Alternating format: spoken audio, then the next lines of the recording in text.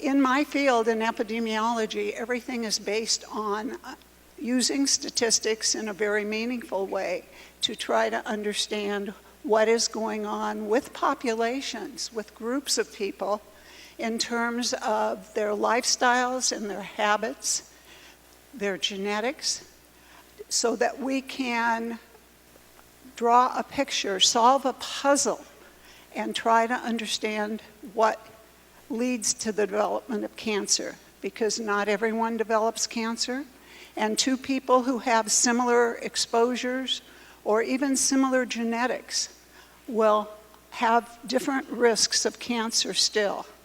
So when I talk about the risk of cancer, I'm going to be talking about it in terms of populations and not individuals. So I can't walk up to each of you and say, well, because you didn't do physical activity, and because you always ate fatty foods, and because you're heavier than you should be, you're going to get cancer, a certain kind of cancer.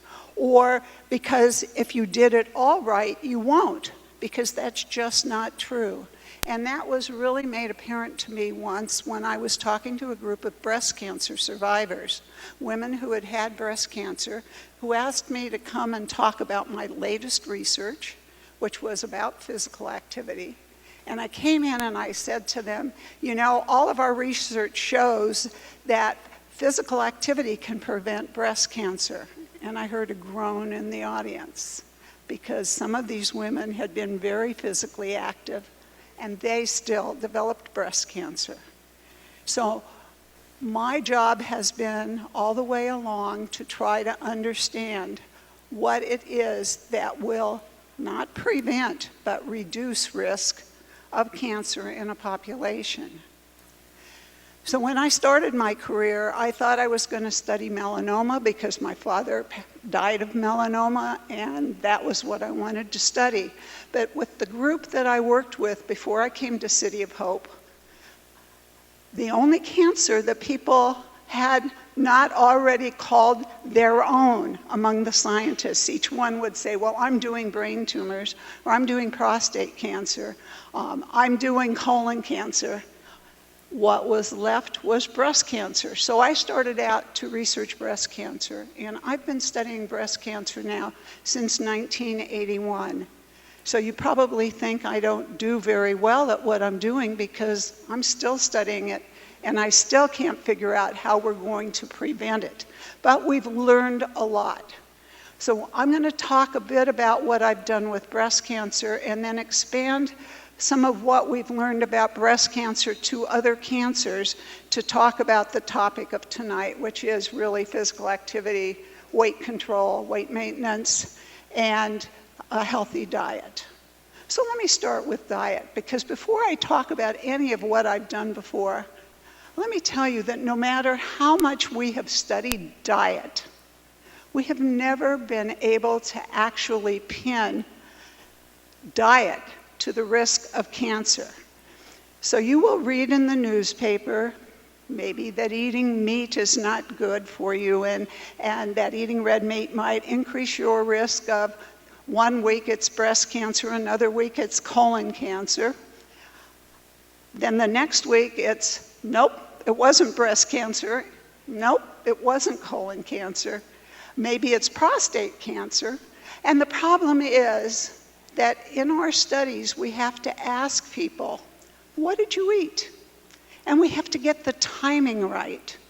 So for breast cancer, I know that the timing of diet when it was most important was probably when women were adolescents in their teenage years. And asking what you eat now probably has little relationship to your breast cancer risk. We know that because there's been a clinical trial called the Women's Health Initiative, during which women were randomized to have a very low-fat diet and a normal diet. One group getting low-fat, one group getting their usual diet. And although the women who were on the low-fat diet had slightly lower risk of breast cancer, there was not enough difference between the two groups to say that diet had anything to do with the development of breast cancer, a low-fat diet. Now, you can't control everything in diet at one time, and we do know that diet is important to breast cancer survivors because other studies have shown that breast cancer survivors who eat lower fat are less likely to recur. Doesn't mean if you live on fat and you are a survivor that you're going to have a recurrence. This is, again, averages across populations. It would be making a broad statement about all of you in this room. Well, let me go back to what I said I would start with, and that is breast cancer and what we knew when I came into this business as the mom of teenagers, finally getting to go back to school in my late 30s and early 40s, studying breast cancer. Every study that was done in the 80s seemed to look at only two factors: women's menstrual periods, when they started, when they ended. When they had their first menstrual period, which we call menarche, when they had their last menstrual period, which we call menopause, and when they had their babies, or if they had babies. And these factors were repeated over and over. It was better to have your first menstrual period later in life, like at the age of 13 or 14. It was better to do that if you could control it, which you can't, than to have your first menstrual period at the age of 9 or 10. It was better to have your last menstrual period when you were younger, like in your 40s, instead of in your 50s. Again, if you could control it. It was better to have a baby than not to have a baby, so you should have pregnancies. And it was better to have that pregnancy before the age of 20. Now, can you see me walking around recommending to high school girls, you know, the way to reduce your risk of breast cancer is to go out and have a baby right now? So what we were left with were factors that we really couldn't control. First menstrual period, last one, menarche and menopause. When you had your babies. We began to see a little more about having children. The more you had, the lower your risk. But the first one was the most important one, and it was really most important if you were younger when you had that baby. But we also began to learn that women who breastfed their children had slightly lower risk than women who didn't. And if over your lifetime of children, of having children, if you breastfed accumulating across all children 15 months or more, then we began to see more substantial reductions in risk. So on average in a population, women who breastfed would have lower risk than women who did not. We began to look at alcohol use, and we saw that even one drink of alcohol a day could increase women's risk of breast cancer, but the amount that it was increased was very small. Now, we often hear about the benefits of wine, red wine particularly, for heart disease, and so we have to always balance things. Don't come away with the thought that Leslie Bernstein is recommending we all go drink, but when you're thinking about some of the risk factors for cancer, you have to think about the risks versus the benefits. So alcohol in small amounts may have some benefits.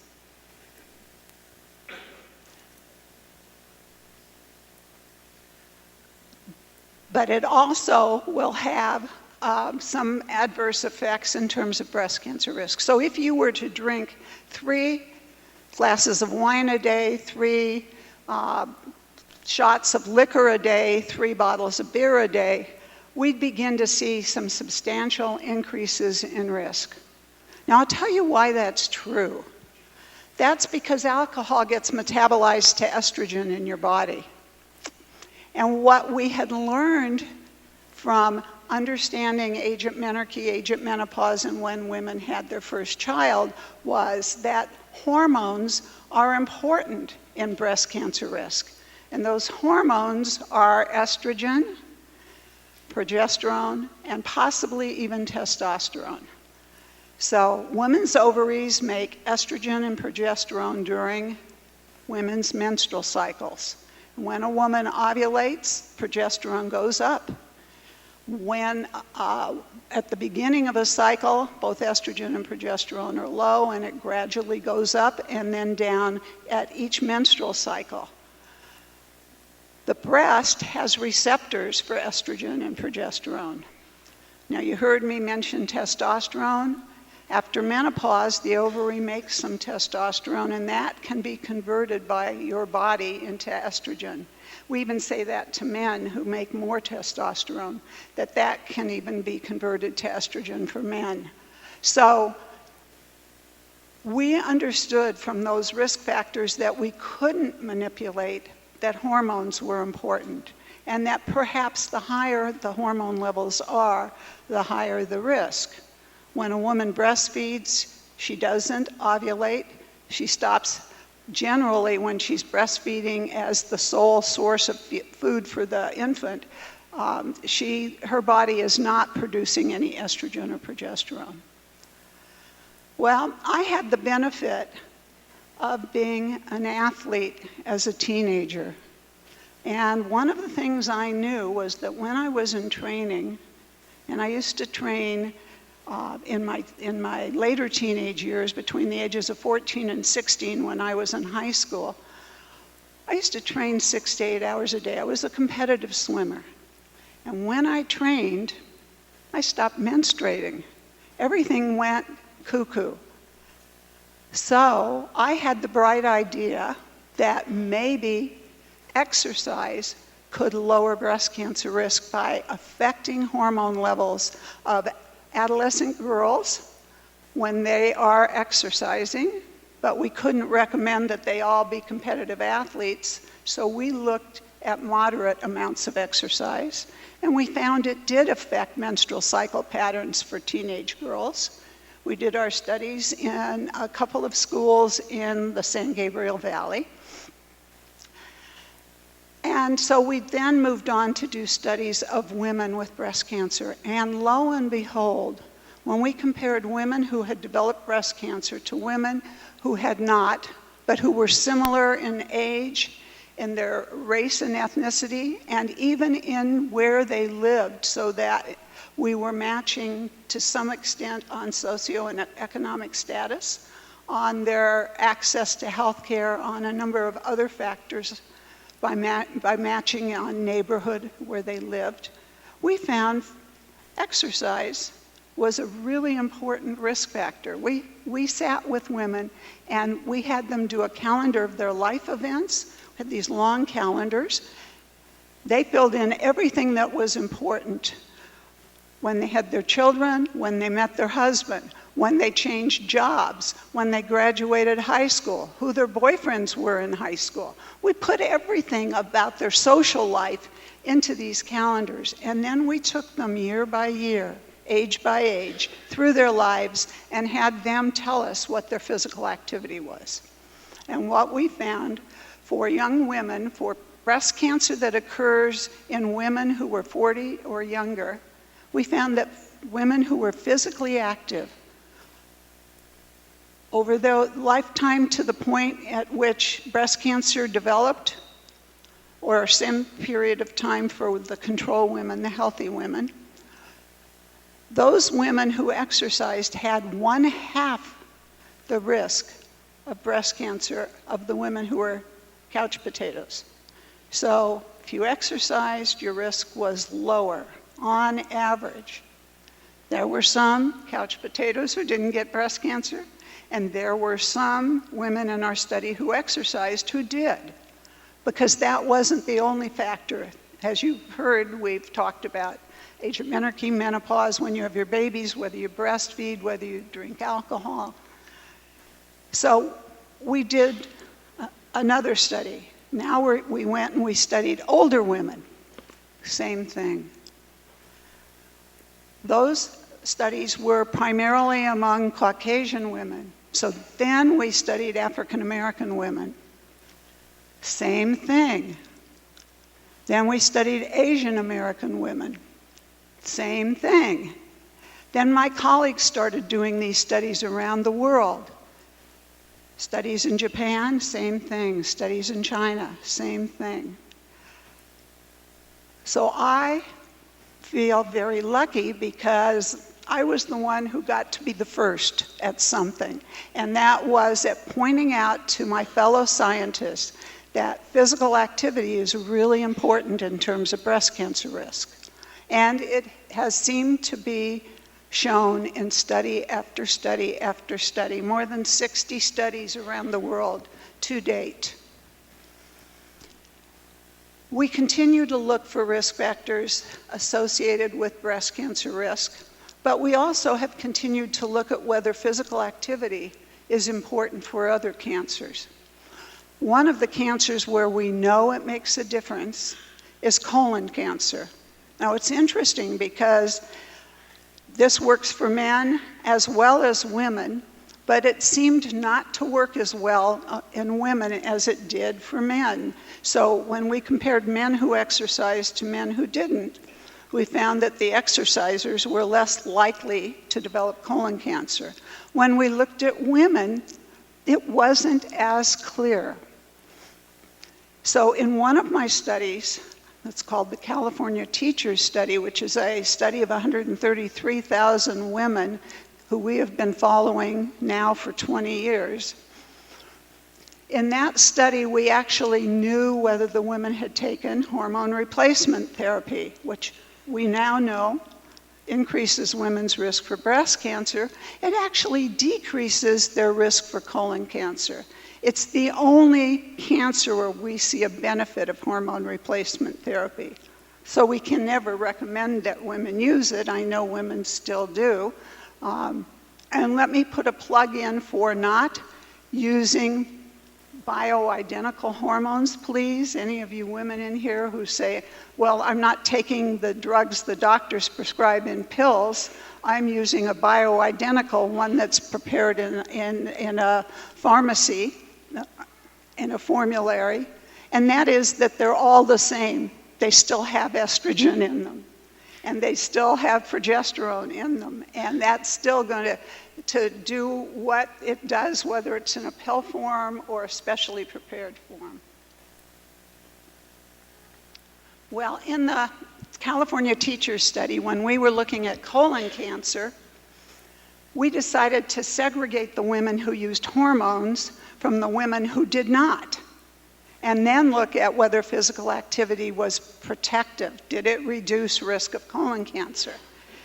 Among the women who used hormone therapy, who had lower risk of colon cancer because they used hormone therapy, we saw no effect. So if you had used hormones, exercise did not give you any benefit. But among women who hadn't used hormone therapy, exercise reduced their risk. It is now commonly accepted that a way to reduce the risk of colon cancer is by exercising. Still cannot guarantee. There's a lot of other things, and let me just put a plug in. The best way to reduce your risk of colon cancer, get regular colonoscopies. They're not fun. I didn't enjoy mine at all. When I turned 70, I thought, I'm done. And then my internist said, no, dear, I want you to keep having them. Colonoscopies will identify polyps in your colon that may be developing into a cancer. Many do not, but they can all be removed. In essence, the risk can be removed. So having a colonoscopy is the best way, and here I will use prevent to prevent colon cancer. Okay, so what about for the men, besides the colon cancer? What about physical activity and prostate cancer? Well, lo and behold, for advanced prostate cancer, we see that physical activity is associated with lower risk of advanced prostate cancer. When you talk about localized prostate cancer, the issue is that many men are diagnosed by a PSA, which we don't recommend for screening. The PSA levels, when they go slightly up, will initiate a prostate biopsy, and many men were being diagnosed with very early changes in the prostate gland that were just precancerous, and those began to flood our cancer statistics. These were men who probably we would never have known had prostate cancer during their lifetimes. They could have gone through age 90 and still never had a clinical case of prostate cancer. So, for those men who had more advanced prostate cancer, physical activity is important. Well, you're getting the picture. What about body size? Well, I'll start with breast cancer. For younger women, being heavier is actually a protective factor. It's women who are overweight, but before their menopause, they are less likely to develop breast cancer. And in fact, if you're heavier during adolescence, that will carry through most of your lifetime.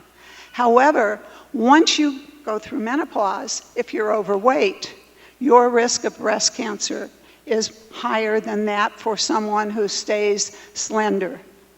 So, will losing weight do any benefit if you've gained weight over the years?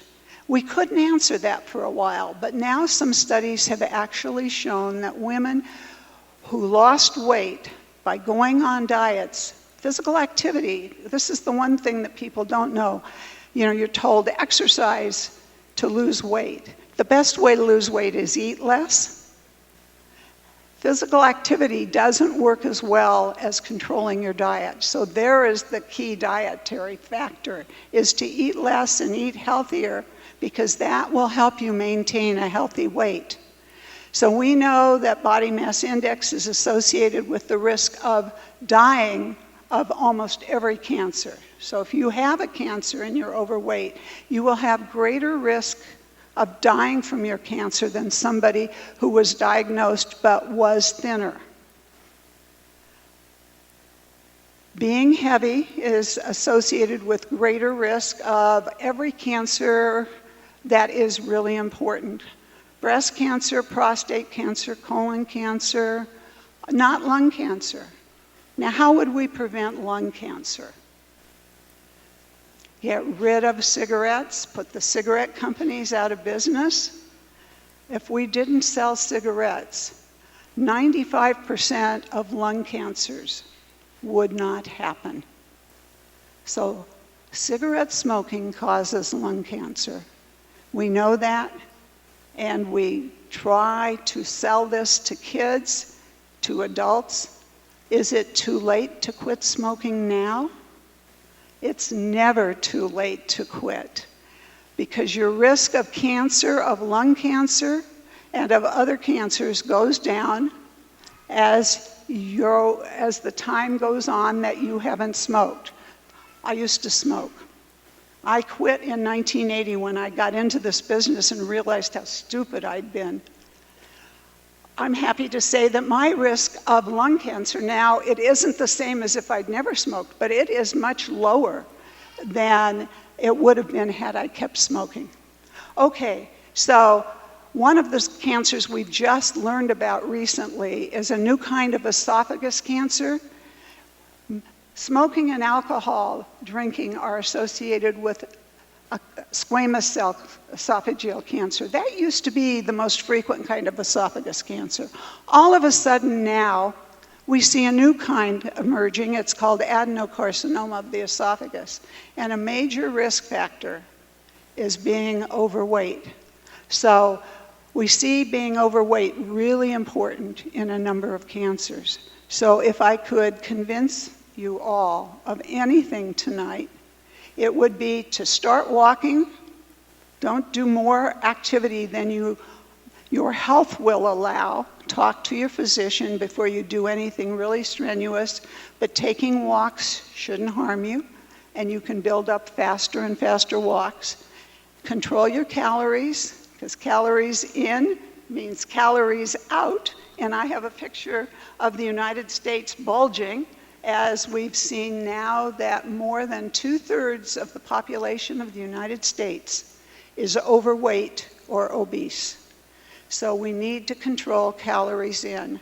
And that's probably the most important message I could give you, would be to eat sensibly, exercise, and maintain a healthy weight. Thank you. So my name is Perez. I'm 27 years old. I'm recently a sous chef at 10 Degrees in Hollywood. I'm here to talk to you a little bit about preventive wellness, which is eating healthy, exercising, all that good stuff. Okay. At 22 years old, I got diagnosed with diabetes. Basically, it runs in my family. My father had it, my mother has it, and I come from a Latino background, which is basically, you know, ever since we're really young, we're given these massive portions of food, and nothing's kind of, you know, modernized or just kind of checked to make sure that, you know, you're getting your exercise. And so at 22 years old, I got up to like almost 280 pounds at 22. Recently, you know, at 26, I just decided to, you know, I kind of want to break away from that cycle and, you know, kind of get healthier and eat better, you know. So I decided to kind of like take charge of my life and said, you know, it's enough. When I was younger, I remember that when the doctor told me about diabetes and all the, you know, long-term issues that was going to come with it, I did not pay any attention. I honestly said, I don't think it's going to happen. I don't think it's going to happen. When I got up to like 25, my vision started going away. At 25 years old, you know, I just couldn't do as much as activity as I wanted to. You know, I've worked in kitchens for almost 10 years now, and I'm 27 years old. I'm so used to, my background is Italian and French cuisine, which is basically butter, you know, salt, pork, about, you know, all the goodness I guess in life, you know. So, you know, for me to make a change at 26 years old was a huge thing. It was not just the change in my diet, it was a change in my whole lifestyle completely. I knew nothing about eating healthy, and I knew nothing about exercising. So I started, first of all, I went to a nutritionist, right? I have a very good friend of mine, his wife is a nutritionist, and I decided to, you know, actually ask her for help. You know, sometimes it's really ask for help. So, and she said, yes, I'm gonna go ahead and help you. She gave me this whole low-carb diet, right? I started exercising, which is like a huge thing for me to exercise. Okay, it was really, really hard. I mean, I couldn't even walk from the parking lot of my car. You know what I mean? That was like all my exercise I got every day.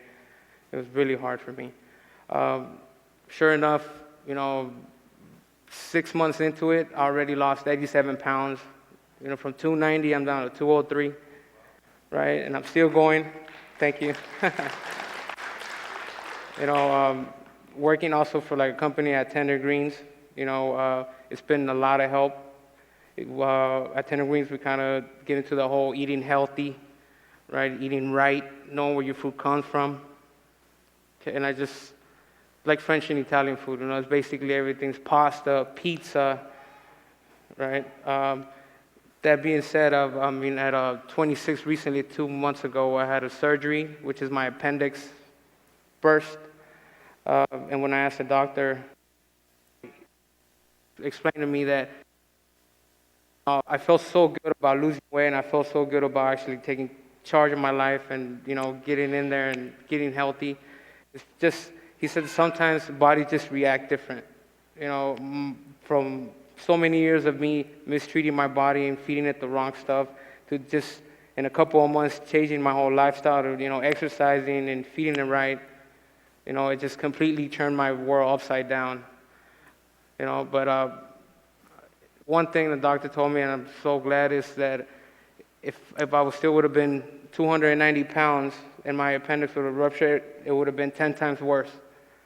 Because my surgery would have, I'm a diabetic, so that means that my surgery, I wouldn't heal as fast. There's more, the probable cause of infection. I wouldn't, so all those factors kind of came into place when I was like, I'm so glad I did my diet. I'm so glad I changed my lifestyle before I got the, before I got the surgery and before I got everything done. Also, my family, I have 3 kids, right?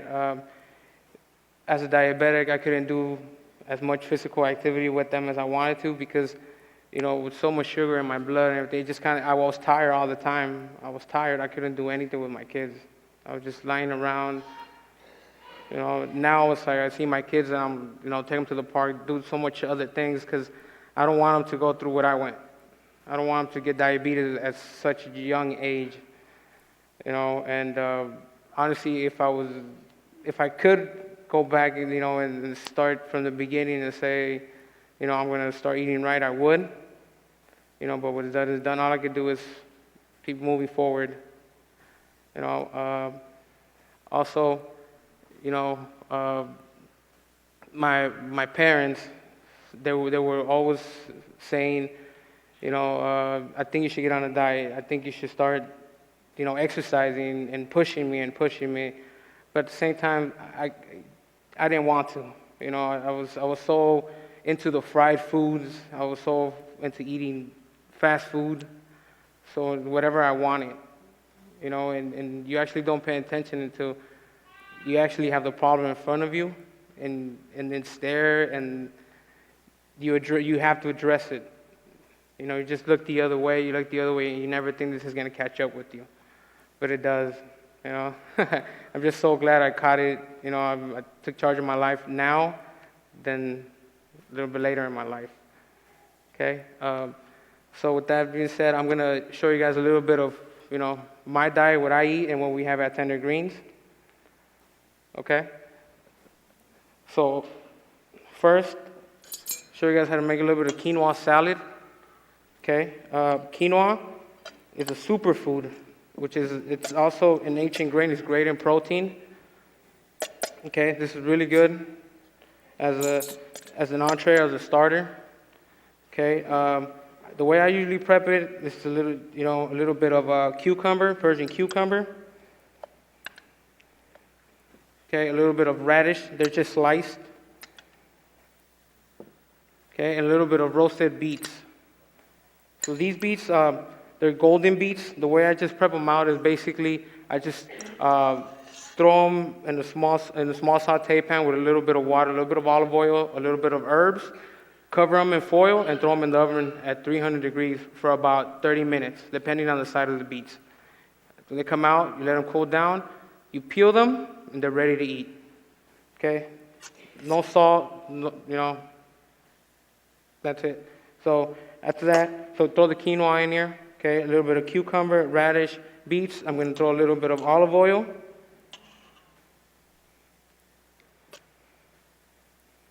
A little bit of lemon juice. Some salt, a little bit of salt, some pepper,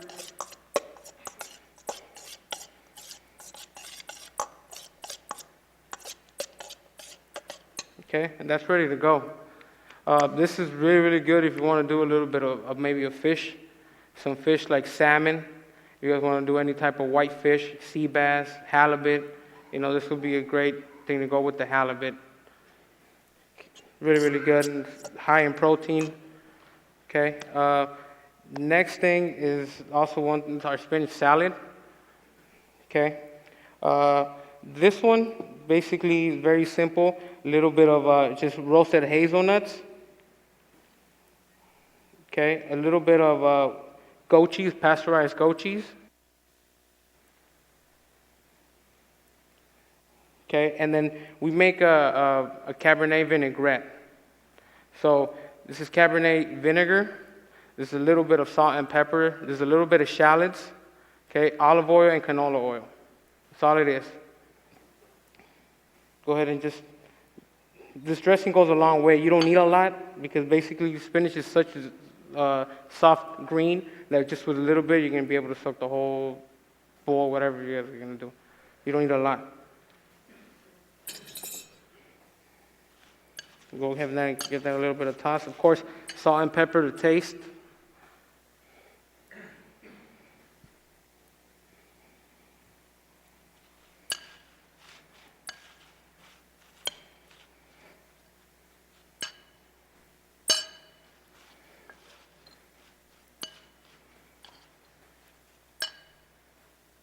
Okay. This is one of my favorite salads. You know, I kind of just like to have it every day at lunch. You know, of course, everything with moderation. You know, it's a big salad, of course, just a little bit. Maybe a little bit of protein. You know, the way I do it is I weigh my proteins out. I try to stay as much away from red meat as I can. You know, but of course, I have it once in a while, once every week. As long as it's five ounces, right? Uncooked, you weigh it out before you cook it. Okay, so it renders down. Same thing with fish. Fish, I try to stay away from any fatty fish, salmon. You know, basically, albacore tuna is great. If you're gonna do a little bit of white sea bass, it's great. Okay, egg whites, of course. You know, 3 egg whites will be fine. And chicken, same thing, 5 ounces of chicken. Okay, that's my diet. You know, for me, it's been working out really, really good. You know, I just 5 ounces of chicken. I eat about 2 cups of veggies every day. I mean, with every meal, I get my 3 square meals a day. Okay, I drink lots and lots of water. Water is always good. You know, one thing also is that you know, exercise. I exercise every day. I try to do. You know, I remember when I started doing my diet, it was really hard for me to walk 10 minutes. It was like, you know, I was tired. I went, took a shower, went to sleep, and didn't want to wake up the next day because it was really hard. You know, but as you go and as you start eating right, your body kind of adjusts, and your body starts asking you for a little bit more and a little bit more and a little bit more. You know, I never thought I was going to be able to run on the treadmill. I never thought I was going to be able to, you know, go to the gym and actually stay there for more than half an hour. You know, and it becomes a habit. It just becomes a good, healthy habit. You know, you eat right? You don't feel good when you eat something that you're not supposed to. Your body adjusts so quick. You know, I've had days when like my mindset goes back to like, you know, I want to eat something fried, or I want to try some fast food. But as soon as it's kind of not saying that you need, it's not that you need, it's that you want, right? You don't need the food. You don't need the fried food. It's that you want. You want to feel that fried food in your mouth, and you know. But once you get that part out of your mind, and you're saying it's food and it just tastes as good, you know, eating healthy doesn't mean that it's going to be, you know, tasting bad, or it's going to be without salt, pepper, seasoning, right? It's just making the little things switch. You know, you switch from drinking a glass of juice in the morning to drinking tea with no sugar, or with a little bit of sugar in the morning, right? For me, it was like giving up. The hardest thing was soda. I love soda. Every time I ate, it was about 3 or 4, you know, cups of soda for me, right? And it was like the most awkward and awful thing I could have done, because I was putting too much sugar in my body. That's the whole reason I became a diabetic. So I couldn't get it. Candies as a kid, I devour candy, you know. But now it's all about making change. Every time I get hungry and I start thinking about eating maybe a cookie, I pick up an apple. Okay. Sometimes I want a big fat juicy steak, you know, some egg whites, right? Maybe a salad. Okay. It's just about making switch, little things. You start with baby steps, and before you know it, it becomes your whole lifestyle. Before you know it, you want to eat healthy. You want to get better. When you see results, as you start seeing your body change, and you kind of start seeing how all your hard work is paying off, you get motivated. You keep going and going and going. You know, I'm down to 203, right? I want to get down to maybe 180, 190 pounds. right? And I know that if I get there, when I do get there, I'm going to keep it off. You know, I don't want to go back, kind of back and forth and lose it, gaining it, lose it, gaining it. You know, sometimes the hardest thing is maintaining your weight. Right? You can lose it right away, you can lose it in a couple of months, but maintaining is the hardest thing ever. You know, for me, it was very, very hard. I was that kind of person that I never thought that I was ever going to lose weight. I was always that guy. I was like, let's go eat here, let's go eat here, let's go eat over there. You know, and I still do, but it's just that the choices that you make. You know, switching everything around. You know, instead of having the burger, I'm gonna have a salad. You know, just all about switching your choices. That's all it is. Okay, so with that, thank you guys for your time, and got some samples for you guys, so you guys can try out what I made, and I hope you guys enjoy it.